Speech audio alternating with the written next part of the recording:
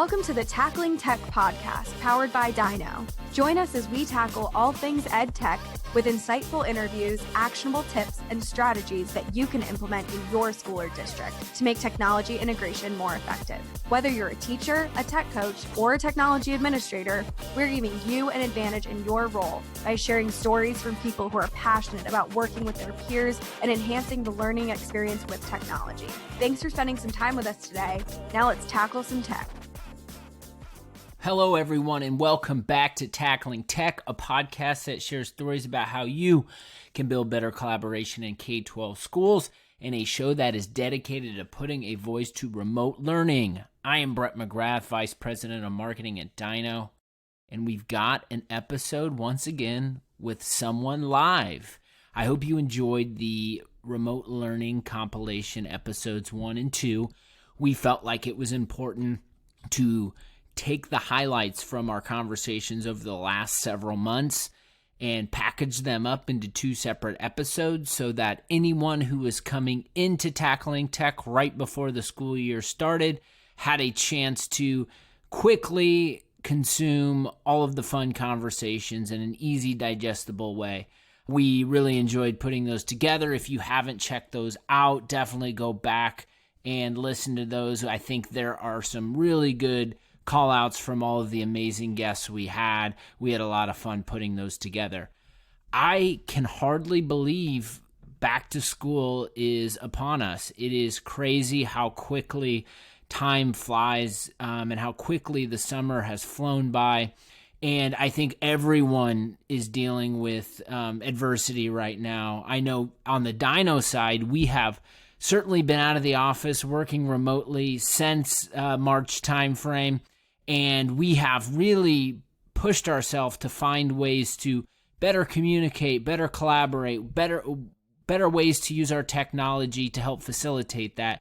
And I think we've really come a long way over the course of the last several months. And I hope you all do too as you go back to school and you are figuring out how to best achieve the results you want. It's undeniable that this situation is unprecedented, and everyone in every industry is having to make decisions that are in the best interest of the people involved, and I think that's super important. So I am excited about our focus at Dyknow, especially on the content side. We've got a lot of fun stuff going on the product side, and you know, if you're a listener of Tackling Tech, this podcast isn't about talking about the Dyknow product and trying to sell you on anything. This podcast is about creating a platform and sharing stories. But I will say, just as a part of the business, I'm really excited about some of the things that are happening behind the scenes on the Dyknow product.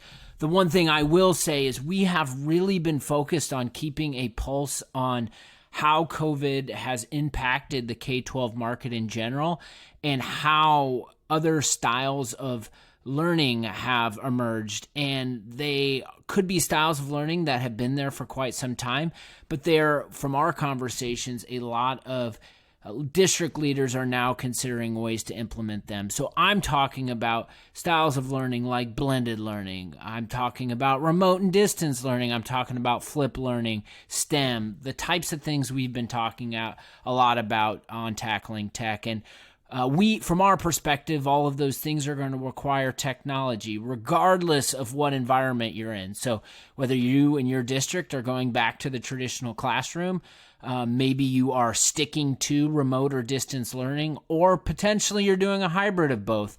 I think one of the things that we've learned from the really smart educators that we've been talking to is that these progressive styles are prevailing, and we aren't going to let them pass us by. We're going to be highly focused at talking about them and delivering great content regarding them to help inspire you and give you ideas of things that you can be doing to better align and build collaboration within your schools. So with that being said, we've got some awesome updates coming on our website to reflect those changes. We want to be a place that if you're considering a new style of learning, considering implementing a blended learning program, if you haven't had one already, you can come to Dyknow.com and you can learn about not only how our product helps supports that, but also how the content we are creating can help inspire you when you get going on those plans. So more to come there. Hope to have those updates soon. Needless to say, you can always go to Dyknow.com for the latest and greatest articles. I cannot believe the volume that our marketing team is pumping out right now. It's daily blog posts. It's tackling tech. They're helping chop up these episodes. They are, Tierra has Tech Coaching Corner, which is on YouTube. You got to go check that out if you haven't already. We're in the process of planning our next digital event, which we don't have a date set yet, but it should be in the September timeframe. So definitely that's something you're going to want to pay close attention to. And that is something we're going to share on this podcast. So more to come there. I will say that we've been thinking a lot about it, and we really just want to say thank you to all the educators. I know my wife is in healthcare, and my hat goes off to every healthcare worker out there right now that's fighting the good fight, and we really appreciate that. And I think from our audience's perspective, you all are educators, whether you're teachers, tech coaches, tech admins, superintendents, directors of curriculum, whatever you are and whatever your role is within your school or district, we just want to say thanks, because I know this is a very, very difficult time, and you're all having to be adaptable, and you're all having to do new things and try to figure out ways to engage with your students in new and exciting ways. And our hope is that on Tackling Tech, we can provide you stories that help inspire you, and you can take some time out of your day to learn something from us, and hopefully we can also entertain at some level. If you are enjoying Tackling Tech, the number one thing you can be doing, if you haven't already, is hit that subscribe button. If you are a subscriber, go ahead and leave us a review. Give us 5 stars. We really appreciate that. That means so much. You can always reach us at Tackling Tech Pod on Twitter. Shout out to Maggie, who's running that handle. She's been doing a great job this summer. Really appreciate all of her work. Check out our Instagram accounts. We're trying to show up everywhere. We're trying to show up in all digital channels, and we've got so much good content. We just want to make sure it's out there and you all see it. So without further ado, I am really excited for today's conversation. It is with Miguel Guhlin, who's the Director of Professional Development for the TCEA in Texas. So talk about a group that serves a lot of members. Texas is a big state. We've been talking a lot about remote learning. We've been talking a lot about professional development. Miguel is an expert in both. He has a previous background as a technology leader in districts in Texas. I'm really excited about this conversation. I think you all will learn something from it. So without further ado, let's kick it to the conversation. Enjoy. All right, everybody. A couple topics that we have talked a lot about recently are remote learning and professional development. And I am really excited for our guest today, Miguel Guhlin, who's the Director of Professional Development at the TCEA in Texas.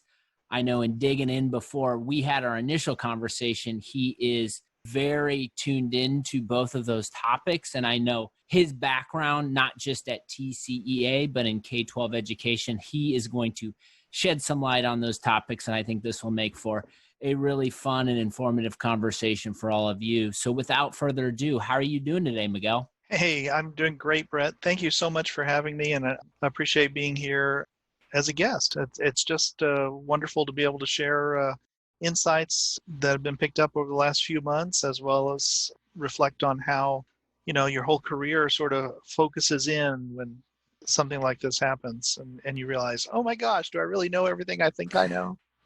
Totally.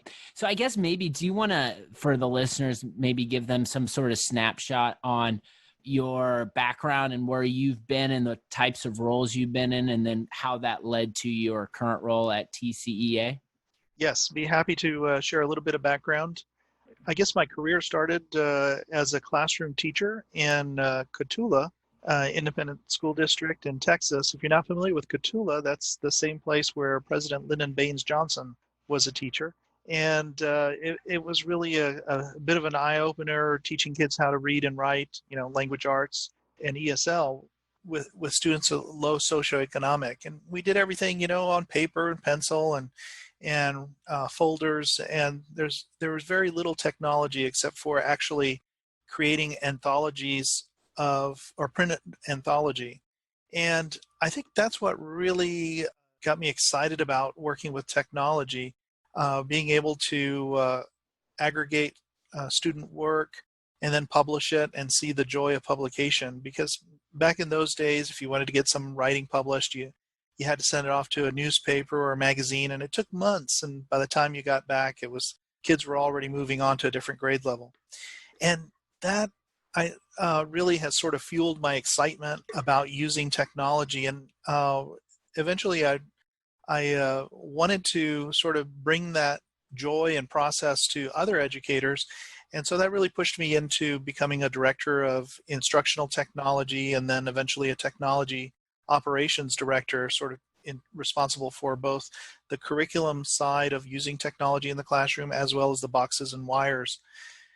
All those experiences really sort of led me and brought me to TCEA, of which I'd been a member for many, many years and presented at the annual state convention and exposition.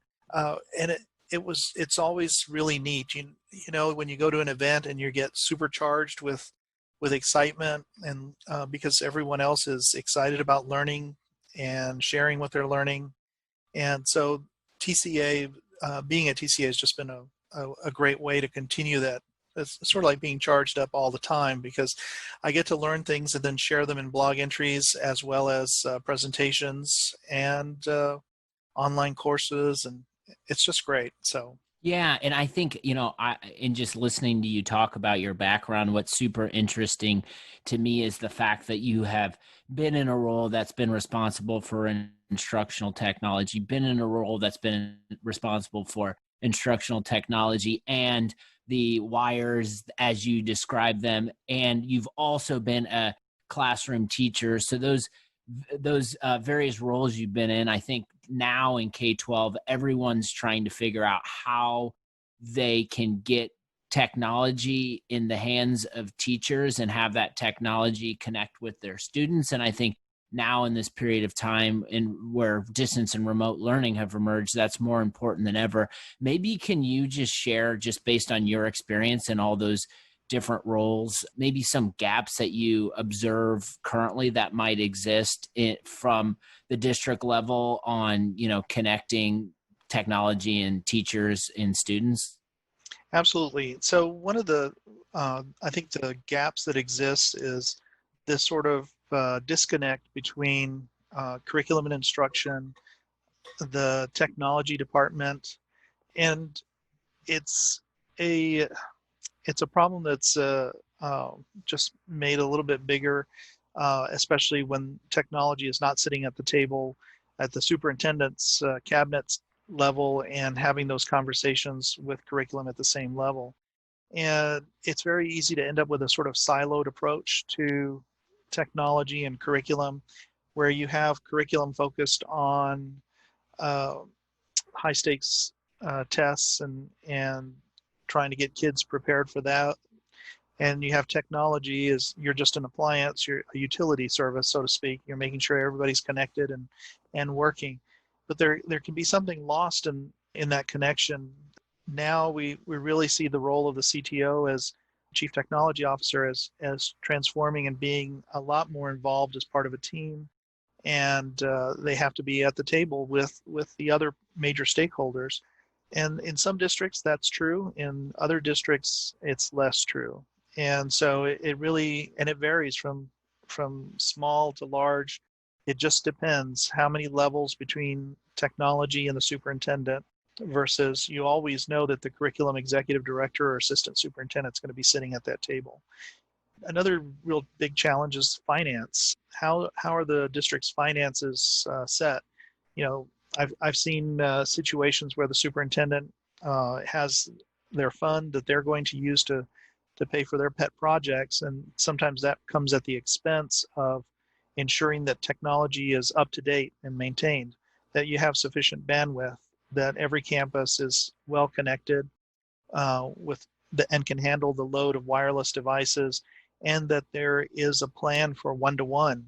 And we can see that in districts where funding was pulled from technology departments and where technology wasn't part of an overall strategic plan, Well, those districts are suffering because they don't have the one-to-one. They don't have hotspots that they can send home with low socioeconomic students that may need them more than others. They lack the bandwidth that they need to in case that parents and kids want to take advantage of the facilities where they're sort of parked outside their buildings and getting access to the internet. So all of those factors sort of play in and can really cause problems when you have a crisis, as we all face now. Yeah, and I think just in your role at TCEA, it's unique in the fact that you are responsible for professional development, and you're responsible for providing professional development to a network as big as the biggest kind of association for education, I would assume, in the state of Texas, which is massive. So I think that to me is super interesting. And I'm sure, as you just described, you see across the board all various socioeconomic disparities from districts to districts, where the type of, maybe suburban district that's got all the resources possible, and you've got maybe a more urban district that's struggling where there's remote learning and that these kids at these homes might not even have the internet. So how do you, during these times and the disparities across district to district in your role, how do you think about developing professional development that's going to be beneficial across the board with all of those various components?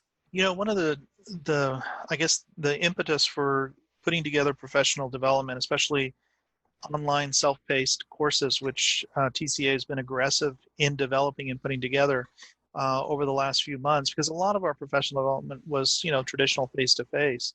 We did have some online self-paced certification courses, but in March, I think I went on spring break on March 17th, which happened, around St. Patrick's Day, and my wife was just finishing up her spring break as a second grade teacher in a large urban school district.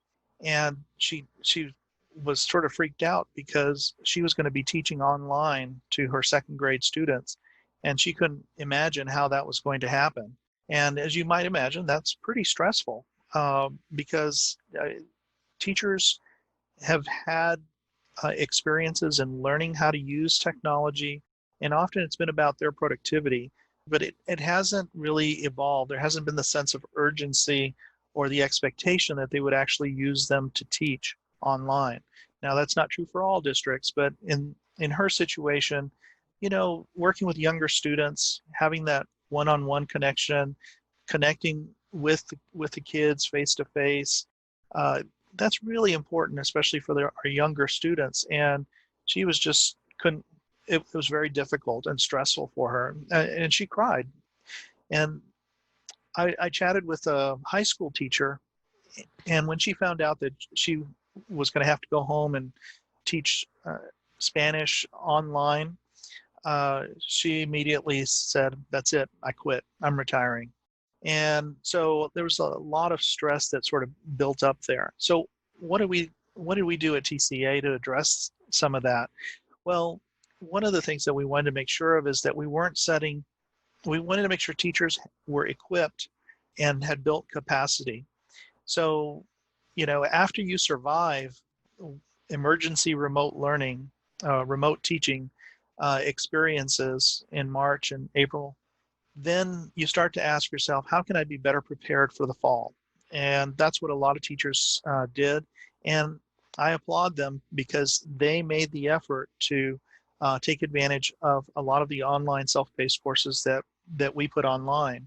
So we put together some courses. One was on remote learning educator certification, and it really hits hard how to approach remote learning from a communication, from research, how to design remote lessons, and talking about social emotional learning in an online setting. What are some of the teaching platforms and safety and security, as well as a few other technical things that you need to know, like sometimes you need to do screen recordings and screencasts and things like that. We also address the learning management system or course management system vacuum. It's like, yeah, there is a lot of great content out there, but to expect a teacher like my wife who hasn't spent a lot of time online looking at all of the great content all the time, because that really is its own job, then what we did was we created capacity matrices for each of those, and then we developed content that teachers could work through. And we have had over 7,000 educators go through our online courses since we launched them in May. And it has been really amazing to see the positive feedback and remarks. And the reason why I think they are successful is that they sort of boil down all of the wonderful things that are out there on the internet, which can be overwhelming, and make them step-by-step, easy process to follow. That has been really important for a lot of the teachers who have gone through the courses, who don't want to feel as vulnerable, frustrated, angry as they did back in March, trying to figure out what's the best way that I can do this for my kids.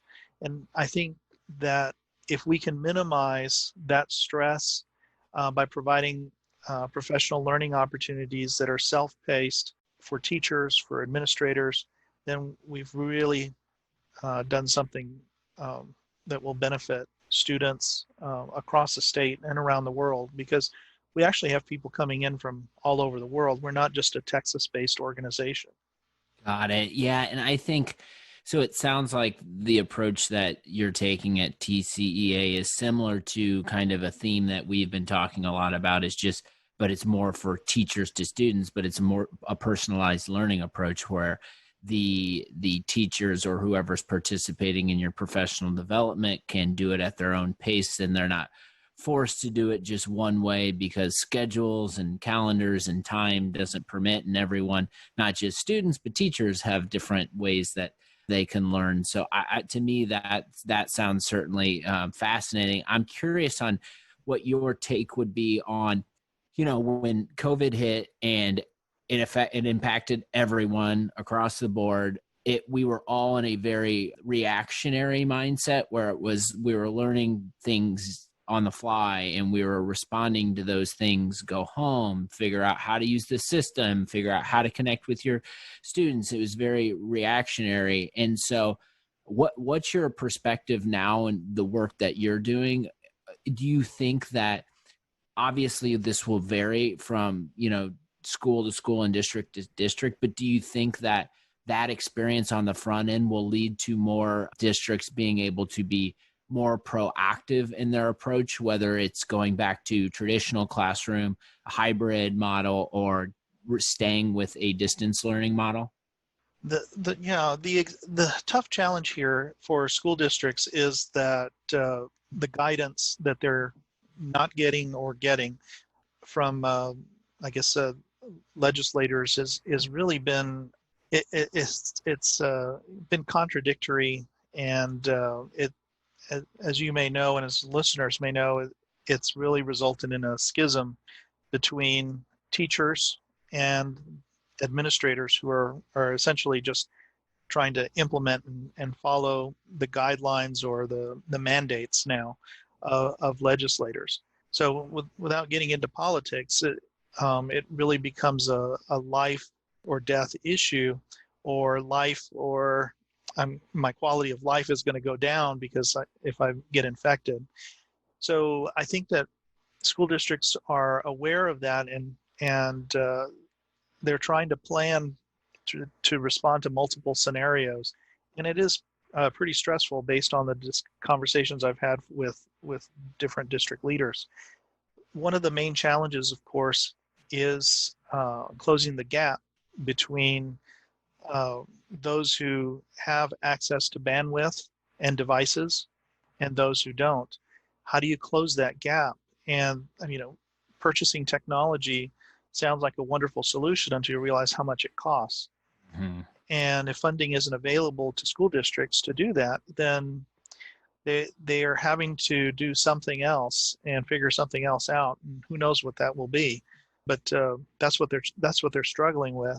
In other situations, they are facing we're going to have our teachers come to school and they'll teach virtual in the morning, or face-to-face in the morning and virtual in the afternoon. And so some of them are wondering, what are special technologies that we need to accomplish that, where we can record teachers teaching in a classroom? Well, the question that comes to mind is that even the best way to approach this? I really encourage the idea of doing asynchronous videos and organizing those in a course. And that works well with older students. Younger students, you're going to have some combination of synchronous and asynchronous. But how do you juggle all of that and make that work and deal with all the hardware that has to be in place, not to mention all the the cleaning that's going on in terms of cleaning a classroom daily. And you have to remember that at least in Texas, funding is tied to a student being in a room at a certain time of day. So what happens when, I guess, the state says we won't pay public schools to have people, or we won't pay for students that aren't in the classroom, and those students want to do remote learning? So it's set up a real conflict, and we're seeing it play out right now, at least in Texas, and I'm sure it's playing out in other places. And it's just a bit of a challenge. My role as a director of professional development is to ensure that teachers, no matter what situation they go into, whether they're facilitating face-to-face, remote learning, that they know the technologies that they need to be able to use. And we've worked really hard to craft resources and make those available. In fact, if you go to tca.org/remote-learning, you'll be able to access a whole string of videos and resources that we put together for educators. My colleague Diana Benner, we are working as we put together a presentation called Remote Learning Smackdown. And I've been surprised over the last few months how popular that presentation is, because educators are hungry to know more so that they can address that I'm not prepared for what may happen. So they really want to build capacity and be ready. Yeah, and I think so.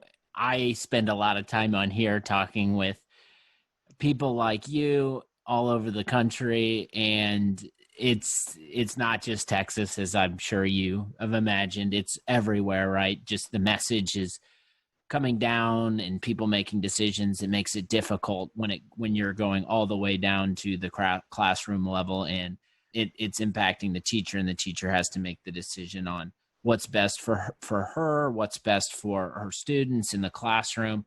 And I think, a lot of what we've been talking about is just these different progressive learning styles that can fit within these types of learning situations, like asynchronous learning. And one that we had Kyle Nemes on from a couple episodes ago, and he was very big and an expert kind of in the flipped learning model, where it was very much a part, and this was traditional classroom setting pre-COVID, but this was, his big thing was recording his lessons and videos and having the students, consume that content while they're in the classroom. So he had the ability to go around the room and provide, one-to-one conversations with students that needed feedback. And really the elements of that he found helpful were just, it gave him the opportunity to build and develop relationships with students, not just around being in class, but just about who they were, their interests, that sort of thing.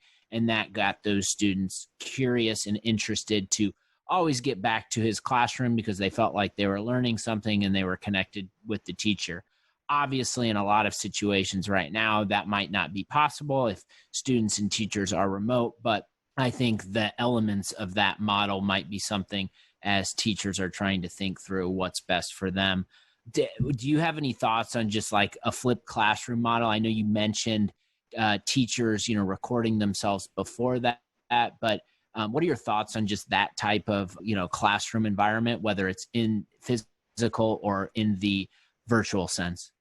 I definitely think the flipped classroom model works. And what we're really talking about is blended learning, and also known as distance learning or pick your Right, buzzword. phrase. Yeah, exactly. Because there's a million different ways to describe what's going on. And but if we look at what blended learning or online learning has been in the past, before COVID, there's just a lot of research and ways to organize that. I'll do a quick shout out to Caitlin Tucker and her work with blended learning. You can check out her website, and has several published books on it. But there's a lot of ways to structure learning opportunities for students. And as we now move back into learning management systems, because I think for a long time, or at least for a while, online learning was going through learning management systems are walled gardens. The kids' work is locked up inside of this space. They might be safe, but they're not really getting the full benefit of reaching an authentic audience outside the walls of the learning management system. And I think what's happening is that all of K-12 is now being rushed back into learning management systems because you can track attendance much better and all the traditional reasons why. And so it's almost like we had the early adopters they adopted flipped classroom. They are using blended learning approaches, hybrid approaches, and they're the most well prepared for this kind of situation because they have the skills. They know how to teach online. They know how to organize their content and work, unlike teachers who just found out that they would be transitioning. What do we do?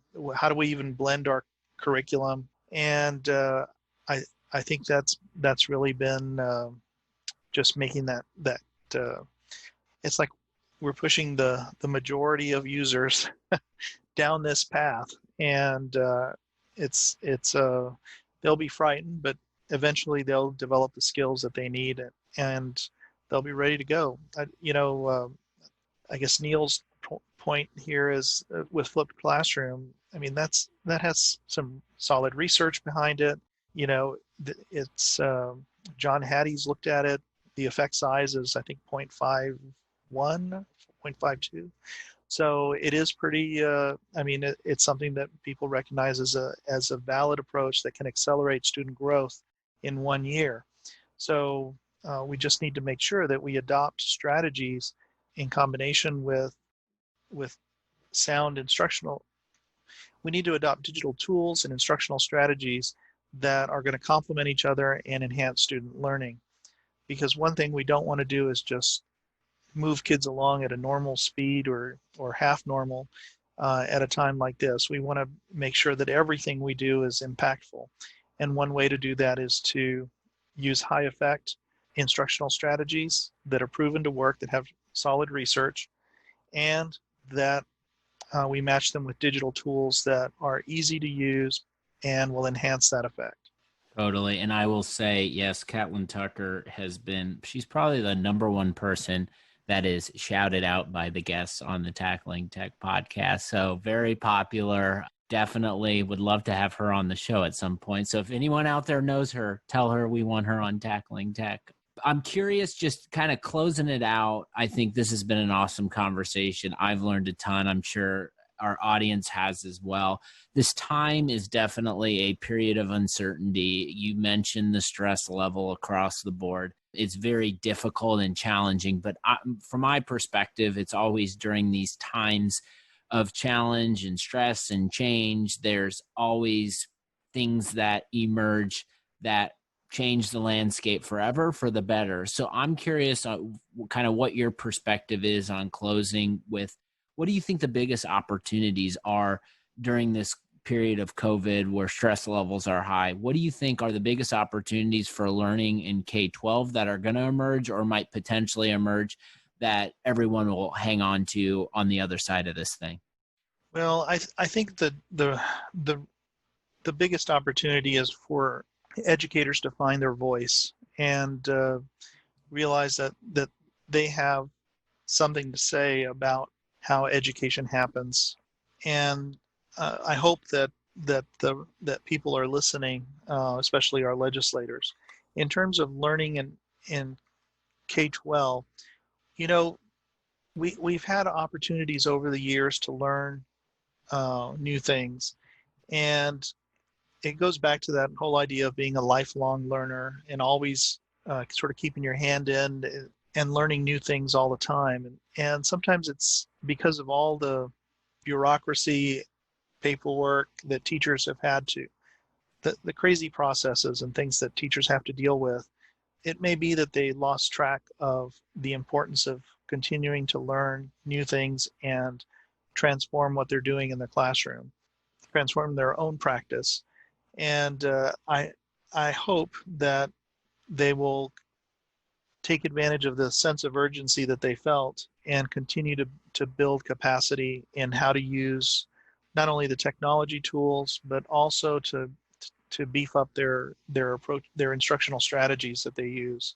That's, for me, the biggest opportunity. Teachers that, or anyone for that matter, including myself, that if we fail to continue to learn and apply those new understandings to our work and practice, then we will we'll find ourselves not only irrelevant but ineffective.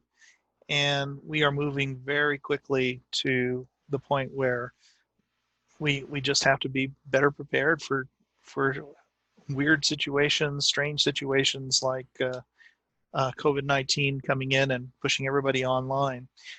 I guess let me close with just a conversation I had with a teacher yesterday. She called me up. She said she's from a private religious school. And she said that their approach to teaching doesn't involve using technology in classrooms. They wanted to sort of promote more of a Plato Socratic approach. And when she said that, it just made me realize that her students and the teachers at the campus are the most ill-prepared for working in a highly connected future environment that has suddenly crashed down upon all of us and said, you either work online or you're going to get sick and suffer the consequences, up to including death. And so that really sends I think it can be a scary message for some folks, but it could also be a wake-up call and say, I can't just say I'm going to do things in ways that make me feel comfortable, that affirm my own beliefs, and I need to step out and do things and learn new things so that I'll be ready to do work and help others. And I know how scary that can be because all of us face that reluctance to embrace new ideas. But, learning is messy up front. You are going to stub your toe, but we got to do it anyways. We can do it if we do it together and we move forward one step at a time. Right now, we're all sort of shuffling forward, falling forward. But I think the benefit here is that the masses are falling forward and moving forward together. And that's important. You don't want to be sometimes you don't want to be stuck alone. So. Totally. Yeah. And I think the key there in that last message is just for everyone, adaptability. And no matter how you might have done things one way, the environment has changed. And instead of being stuck in old ways, it's probably better to evolve with the times and be adaptable. Miguel, this has been super helpful. And I thank you so much for being on. Where can people consume your content or find you online? Well, thanks for asking. I would encourage folks to visit TCEA. You can find it TCEA at tcea.org. You can also access all the resources, including self-paced courses and all that. Visit our blog. It's blog.tca.org. Lots of great resources and content there. And you'll be able to find my contact information and that of other smarter people than me. You're stealing my lines. I say I have a podcast because I don't know how to talk about these types of things, and that's why I bring on guests like you to do that for me. So go check out Miguel's stuff. Go check out TCEA. This has been super helpful. Miguel, thank you so much. Stay safe and take it easy. Thank you. Take care. I hope you all enjoyed that conversation. I had a lot of fun talking with Miguel. Don't you forget to hit the subscribe button, leave that 5-star review, follow us on social. Take care of yourself, take care of others around you, and we'll talk to you real soon.